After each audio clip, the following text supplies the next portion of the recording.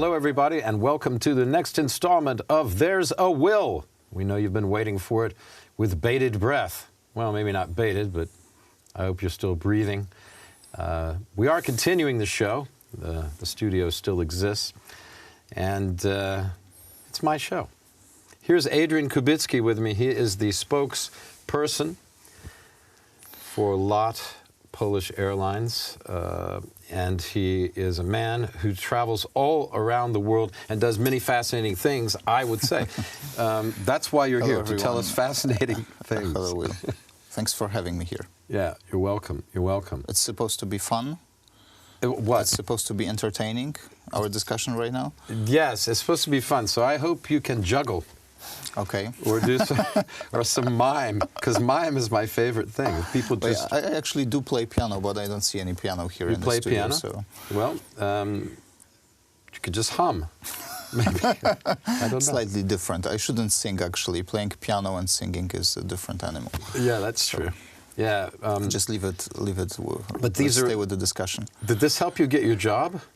Well, always helping, because see, the playing piano, generally being involved in any sort of art thing, is actually helping in communication, because it's a way of communicating with people. So it's probably made me more gentle, more polite. So? You were a fierce child before you learned piano, chasing all the other kids with sticks and stones? But it gives you this sort of sense of, I don't know, other people. This willing of entertaining people. Oh yeah, yeah. Just helping a lot. Well, you're used to performing. Yeah, and after all, it gives you this helps you to get rid of the stage fright. So it just, in a way, it's always good to have some contact with the instrument. Stage fright. Now, is that when you're afraid of seeing a stagecoach? I actually never had that, but I started learning piano when I was 7 years old, so I don't really remember. I mean, so you had a mean family. I feel like I was born on a stage. You had a mean family. You were born. Your parents said, "Get out there and perform." Well, I wanted to sometimes play a ball or go to play with other kids. Mm-hmm. When I was a young child, but my mother never forced me to play piano. Actually, God, it sounds like Oliver Twist. So she said, if you wanna go out, just go out. If you wanna drop the instrument, that's fine, fair enough. And I said, okay, then I'm just stopping it right now, and no more piano. Okay. But then I went to my room, think a little bit of what just happened, and usually came back and saying, you know, maybe I'll just give it another try. So you have persistence, sort of a kind, even from a young age. You were persistent. No one could stop you. Yeah. And now you've risen to the heights of being a guy who talks for a living. Right. Yeah. And perform for a living too. Because and perform. You perform for, you mean the talking is performing when you're out there? Of course, it's not just the words you say. But what is it? You just came back from Los Angeles, and LOT received an award. You just, we were talking about that before. Tell us about that. The best airline in Europe. What? Granted by actually readers of one of the most popular travel magazines in the US, Global Traveler. Holy smoke, kids. That's pretty good, don't you think? Yeah. For second consecutive year. Mm-hmm. Quite accomplishment, because this is the survey, which is not granted by any publishing house or people who try to judge which airline is better than the other. It's actually granted by readers, so people who travel, frequent travelers. This is probably the most valuable prize that any airline can get. What is really good for us, that we're starting to be recognized as the airline of Central and Eastern Europe, and the major, actually, we reached out to the Premier League of European carriers, European airlines. We are recognized among other big airlines. Maybe this is not surprising here in Poland, but you have to understand, United States of America, population of what, like 150 million? No, the population of the United States is about 340 million. 340 million. Yeah. Many airlines flying to the US, most of them much larger than a lot of Polish airlines, so it's not easy actually to build awareness. And this is something what we are accomplishing. Maybe we are not there yet, but the more awards we receive, it shows that we are doing a good job. And after all, it was, of course, a chance to take advantage of slightly better weather than we have right now in Poland. Yeah, it's December, it's freezing. And, in Poland, whereas and it's dark. It never rains in California. So it never rains in Southern California. But man, it pours, as the old song says. There's an old song. Do you know that song? I do. Yeah, you know. Yeah. We could sing it, but you don't know it, so we won't, and we'll also. So coming back to the music, we don't want people to write in. We don't. You know, to troll us underneath the. Go ahead. Yes. Do you want me to start? You were talking. Intonate and then I will follow. You were talking about playing. Yeah. You're saying you were going to play. No. You still play the piano? I do. You do. As a matter of fact, I do. I bought recently the instrument, the proper instrument, because for a while I didn't have it in my house. It's of course not very handy. Yeah. But I decided to have the contact with the instrument because you have to keep it up, basically. It's actually pretty physical activity, so to speak. Especially if you carry it. I mean, the piano, if you carry actually playing. Oh, you mean playing? You would be surprised I wouldn't be surprised. I'm a bit of a musician myself and performer. That's right. Yeah. I've forgotten about that. Yeah. So I wouldn't be too surprised. But I would be surprised if you were carrying your piano and playing it. You're not playing piano, right? You're playing more of a little keyboards, but let's not get too excited. Okay. No Chopin. So shall we set up some jam session? Next show? Sure. We'll set up a jam session. I'll bring in the boys. Okay. We can do. I was listening last night I was listening to, I like the classic rock. I don't know. I have a problem with that. And they're trying to help me, but they can't stop, me listening to classic rock. And I got into a Foghat thing last night. You remember Foghat? You know Foghat? I'm a fool for the city and, Slow Ride and all those things. And I've forgotten how great that band is. Nobody plays guitar anymore. True, which is a shame. It's a big shame and they had really great sound and the great Rod, what's his name? Rod. And anyway, the guy was the great slide guitar player. Even Eric Clapton would say, "Good Lord, that man can play a slide." That's good. What's his name? Rod. I forgot right now. Yeah, I can't recall them. Yeah. Anyway, but I got caught up and I was listening to all that because I like to listen to the music. And I like the new stuff too. No, I don't. Not much. So you're abusing old rock music. Yeah. It's terrible. It's like a drug for me. It's a horrible thing. But could have been worse, I think. It could be worse. No, I like the old 60s, 70s, 80s, even the 90s. But something happened. What happened? Something happened to the music. What happened to the music? No answer. This is what maybe all generations say. Is that what everybody says? Every generation has. That's what they said in the 50s after when there was no more Glenn Miller Orchestra. Yeah, pretty much. Yeah. Listen, the first time I ever traveled to Poland was on an aeroplane. I think it was a lot flight actually, from London. I believe it was. I've been on a lot of those since then. That was a long time ago, right? It was back before the war. Which war, they say? Which war? It had to be LOT. The Korean, not the Korean one. The Civil War, the American Civil War. What? It had to be LOT, actually, or British Airways. I think it was, it was either LOT or British Airways, but I believe it was LOT because I was surprised to be surrounded for the first time by people speaking Polish. But anyway, landed at the beautiful old airport because I was living in London. The pink one. What? Was it the pink one with the pink roof, with the pink rooftop? Yeah, it was beautiful. It was very optimistic. No, it wasn't. It was horrible. But well, exotic, I guess. It was exotic. Yeah.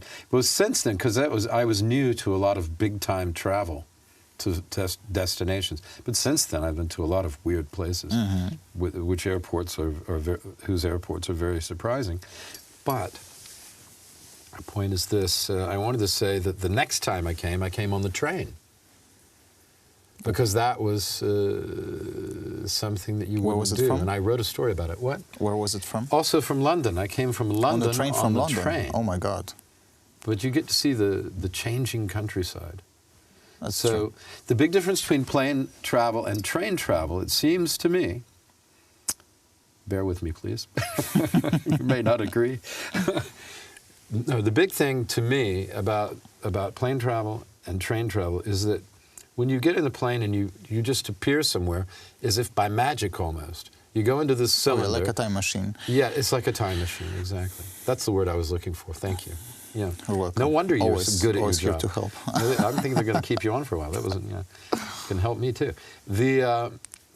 So you have, you appear in the time machine and go from one place to the next. But with a train, you really get a sense, maybe on a ship even more, but with the train, you get a real sense of the time it takes to go somewhere and covering ground, So. Well, so we're starting more of a philosophical discussion, but that's actually right. All this jet lag thing comes from the fact that you are actually traveling faster than sun.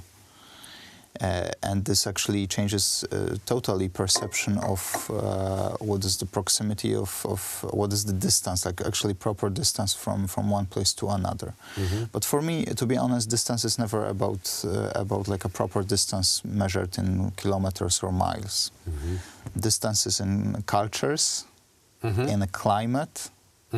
And remember that as much as you can, I mean, I wouldn't recommend that for anyone anymore, but you can travel probably from London to Poland. On the train? On a train or People on a do it bus. on the bus. I couldn't do that. It takes many hours. Bus, terrible. Bus is terrible. Look, within you can't walk around. Train, you within can. the same time, you can probably circle the globe by an airplane. Okay? At least go halfway. My record for traveling is actually I took my wife on our honeymoon on the around the world trip, and it took us, because I only can take very short holidays. It took us, to be exact, 11 days to visit Japan, Hawaii, San Francisco, and then London. Okay, so you started from Warsaw. 11 hours. 11 days. 11 days, and you went from Warsaw there. And funny experience. So it's faster than a bicycle, that's what you're telling us. Pretty much. Yeah. Well, this funny experience is then when you fly from Japan to Hawaii, you cross this, I don't know the proper English name, but this international time change. International date line. Date line, correct. Yeah. So we departed. One for us, kids. we departed on Friday at 6 p.m. and landed the same Friday 6 a.m. Oh, okay. So we saved us some time. Yeah, that's interesting. I've never done that around the world flight. I'd love to do that. Yeah. I think that would be. So this is what the airlines bring to lives now. The places which are very distant from our homes, from our work, can be reached within a couple of hours. It's a miracle, the flight. We get very annoyed. And because you're going very high up in the sky, particularly when you're flying through the night on like red-eye flight, you don't see how the landscape is changing underneath. Well, you're so high up you can't see it. So you take off in one spot, like when in one world, and land in some entirely different one. Like I did last time, I took off from Warsaw, which was cloudy and cold, and land in sunny and warm California, with the palm trees and everything. It is bizarre, isn't it, when you go in the winter from northern Europe or northern part of the United States or from Canada. But you have to watch out yourself. It's very easy to get cold. And to get a cold? You mean to get the sneezes or something? Yeah. Because of because you have the same air circulating, and that was before I started working with LOT. For the first time, I went on the winter holidays to some place which is warmer. It was Dubai, and I was so overwhelmed with this weather that I decided to take off all my clothes, like basically run like in the middle of summer. And sadly, guess what? Like next day, and from the next day onward, I spent lying in bed with high fever. So yeah, you have to be careful. But there's nothing like it. I mean, it's really nice to go from, say, here to India, or from here to the Caribbean in the winter. Or to where some new lot flights are going. As a matter of fact, we have a very extended cooperation with tour operators in Poland. We started a few years ago winter charter programs. We don't have regular flights to these exotic destinations, except Singapore and maybe Los Angeles. You can count as one. I've got a bit of a cold myself. Well, this is the season, so it's actually proper time to have one. Fighting those microbes. You should, because the holiday is coming, the Christmas is coming, so... Yeah, you don't want to show up at home and make everybody sick. And you don't want to spend it in bed either, so it's better... Although I could watch more college football. Relax. Which is my big thing. Yeah, I love to watch. Right. So you have this charter program flying to many places in the world, exotic places like Africa, Kenya, Caribbean, many places in Caribbean, Thailand, you name it. And that's pretty. Well, it's an escape valve from the winter. But I have good news. You may not have thought about this, but I've got good news for you. Okay. You know what it is? You want to hear it? Can't wait. You want to hear it? Okay. What's Friday? What's the date? 21st. That's right. What happens on the 21st of December? What happens? Think about it. I know the answer. Tricky question. Don't say anything. You don't know? It's just 3 days before the Christmas Eve. It's 3 days before. 3 days before Christmas Eve. That's right. Yeah, you got the answer. No, you didn't. That's wrong. I mean, that's right, but that's not the answer. Okay, look. So the thing is that... the days start getting longer because it is the winter solstice. Now, my researcher prepared that information for me because I had no idea. Is it on the 21st and 22nd? I don't know, because it moves a little bit. It could be the 20th, 21st, 22nd. It moves a little bit, depending on if you have a year that leaps. So what you mean is that there is a hope? No, because every day the light is getting longer from Friday, so we should be very happy and very excited. I am. I know I am. I will be shouting in the streets later, maybe a little dancing. I'm not sure. I was thinking that when I was, before the show, I was thinking, when I was a kid, I wanted to go on the train because the freight train would come by. You know how it is in those songs, those country songs? The freight train would come by, and my hound dog would howl, and all of those things. And there'd be a Merle Haggard song on the radio. I get lonesome for a train. But, and they don't really have that many passenger trains in the United States. But in Europe, it's a normal thing, the passenger train. Yeah. And we find that exotic as Americans. You just have to look at it's probably a matter of the size of the country, of the U.S. territory and Europe's territory. You probably don't take that much of a like cross-country. Cross-country you take in Poland in many different countries, but if we speak international train travels, it's not very popular. You have some connections. I don't want to be a spokesperson for Polish rail companies. No, we're just having a conversation. It's not. I'm not going to tell them. You have some connections. You have some connections. We're allowed to say what we want. To Prague, to Vienna, to some European capitals which are relatively close to Warsaw, close to Poland, but not that far. You probably wouldn't take a train to go to Portugal, for instance. Why not? You could, but why not? You don't like trains, do you? Or just, I'm a plain person. You really are a plain person. Quite plain, I'm discovering. Unless Orient Express, for instance, yes. to go to Turkey or somewhere. Yeah, I mean, the luxury train travel is something, Or one of my dreams is to take Trans-Siberian. I was about to say that. Yeah, me too. That must be exotic. I know people who took it. I don't know if that exotic still. Kapuscinski wrote a book in which part of it he's on that train. Yeah, he wrote a big book about Russia, didn't he? Have you read it? I haven't read it.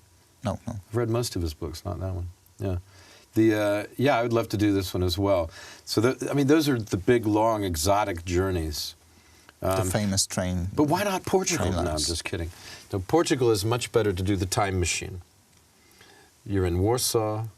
And 4 hours, and then you're in Portugal, and palm trees are waving. Absolutely. Or Gibraltar. Or see the monkeys. Malaga. There you go. All of that would be great. But the other thing, the other thing about the train is, you see, and you take it for granted that you've got trains. Oh, I know what I want to say. The reason there are no trains in the United States anymore, except for freight, or very few trains. There are. You can still take a train across the whole country. Even so, when I was now in California, I took a car and went to Santa Barbara, which is about 3 hours drive from Los Angeles, and I saw some trains. Yeah, they have them on the coast. That's right. When I go to Washington, it's very convenient to take a train to New York or take a train to where I live, Williamsburg. That's my home, and which is a couple hours south of Washington. And there's a train stops right there. Stops in Richmond, stops in Williamsburg. Yeah, and the train from New York to D.C. or to Philadelphia. It goes through all those, goes up to Boston, and I think even one of them goes up to Maine. But so on the coast we have it, and we do have cross-country trains, which are very nice. But the reason we don't have this big train travel is because after World War II, when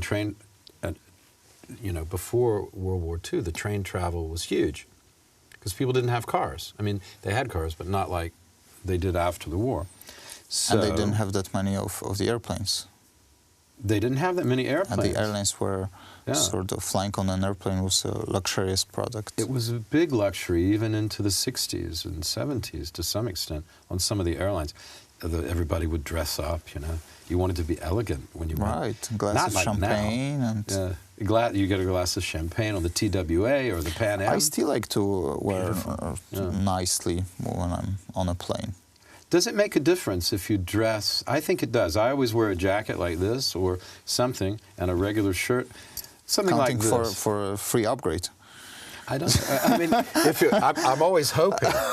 I'm always hoping that I might get an upgrade. I rarely do. I really do. I think I'm not wearing the right combination. Are you loyal? You have to be more. I usually. I fly with mostly British Airways. Yeah. What am I doing here? No, but I do. But I used to fly with. I fly on lot sometimes. Yeah, I flew on lot to Frankfurt not long ago. And so see, that's the thing. The thing is to stick with the airline, or at least the airline alliances. Right. I know. Yeah, it's true. There was actually this film, this movie, Up in the Air. Let's talk after the show and make a deal. What do you think? Can't promise. I know. Many services are watching, so we cannot really. We'll all be writing in trying to get this guy to help us. It's no good. Yeah. No, the truth is that the success of LOT is the success of our commercial approach. Yeah. So we have to think of not only of carrying this mission, which is very important to us, but also to work on profitability. Well, I mean, if people like the airline and vote you... Well, pretty good. We must be getting better. Vote for you, then it must be okay. Yeah, and then that'll make you more profitable, won't it? Absolutely. Yeah, the more flights you get. Oh, I know what I wanted to say. I had to finish the thing because they're going to go, what the heck was up with the trains? So after World War II, then they built the interstate, the roadways all across the United States. That was Eisenhower's in the 50s. And that killed the trains. Because really the roads were built so you could move military equipment in an emergency from coast to coast, north to south. And Eisenhower's idea. But once they had the thing built, people said, oh, I can just drive my car. I don't need to take the train. And it's much more convenient. And it is sometimes more convenient. You can stop where you want. What is going to happen next? What do you Because the think? infrastructure, the crowd, the traffic on the U.S. freeways. Well, there's a lot of problems. We have then three. The condition of the roads. Yeah. We have the roads in Poland. I've said this before. The roads in many times. That's to anybody who'll listen. But the roads in Poland are much better than they are. I think we had this discussion about the infrastructure condition in the U.S., which is not that good. I mean, the coverage. I mean, the number of highways and the airports and so-called connectivity by all means of transportation. It's much broader, much wider, much more complex than in Poland. But the quality of the infrastructure actually is probably better here. It is better, I can tell you, because I drive on those roads whenever I'm in the States, usually in the South, but not always. Sometimes at Washington, even New York. So I find that a lot of the roads are under construction. A lot of them they're in bad shape. Also, we have a problem with our bridges. I hate to bring that up because neither one of us is a bridge expert, but I'm not a train expert either, but and apparently pipes. But you know, you're not a train expert. No, but we're just talking. You know, it's about transportation. Of course, everything doesn't have to be non-stop airplanes, for goodness sake. What about space travel? This is probably coming next. Do you believe in UFOs? I need to get that. I was told by my producer to ask you that question. Not by what you probably And I always do what she tells me. Yeah. Of course. No, I don't believe in that. However, we must think, and this is pretty fair judgment, that if we have a planet, there might be a similar planet somewhere else in the universe, and other forms of lives can live somewhere in the space. Not necessarily the UFO you mean? Well, I mean, UFO is just an unidentified object, but flying object. But it's actually a different question if you believe in UFO aliens, and like aliens or like other forms of life in the universe. In the universe, yeah. We see the progress, but to be very honest, I don't think that we're going to see some tremendous achievements within our lives. In this area. So if you think of like sending someone to I don't know, Mars, or start to build some colony on the moon, it's probably not going to happen that soon. This is what Elon Musk wants to do. He said that he wants to. He dreams big, and it brings you know the biggest value of exploring space is actually the technology which is then brought back to the Earth, and it's actually serving us on our daily lives on the daily basis. Yeah. So that's the biggest advantage of the exploring space, not necessarily moving out of Earth and moving to the somewhere in the space to the moon or Mars or wherever, but this is this technology that can be tested and then brought back to the Earth. Absolutely, because all the big breakthroughs in military and space technology have led to. I mean, no Steve Jobs, no Bill Gates without these things. Absolutely, implemented to our daily lives. Yeah, all those scientists who discovered all these things, they go, hey, what about me? I discovered that, not Steve Jobs. And he's walking around with his turtleneck. Life is unfair, isn't it? Yeah, life is unfair. Well, they told you that when you were at school, didn't they? When you were playing the piano. Yeah, they told you that. Well, I guess, we got to wrap up now. You and I could talk, For hours, we have done. We have done. We've talked Many for hours hours, before. many hours. And it's always a great pleasure. Adrian, thanks for coming in. It's all mine. Thank you very much. And, thank you for having me. yeah, I hope it was fun and entertaining, at least a little bit. We hope it was fun and entertaining. I'm going to echo Adrian here. Please watch the show. If you like it, push a button or whatever you have to do. Do a thumbs up and stay with Poland Daily. There's a Will. That's me. There's an Adrian. That's him. Goodbye from both of us. And have a great day and a great week.